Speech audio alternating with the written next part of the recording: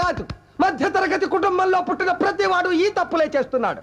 ఎందుకంటే బుర్ర నిండా ఆశలు, ఇంటి నిండా కష్టాలు, పెరిగిన ధరలు, తరగని బాధలు.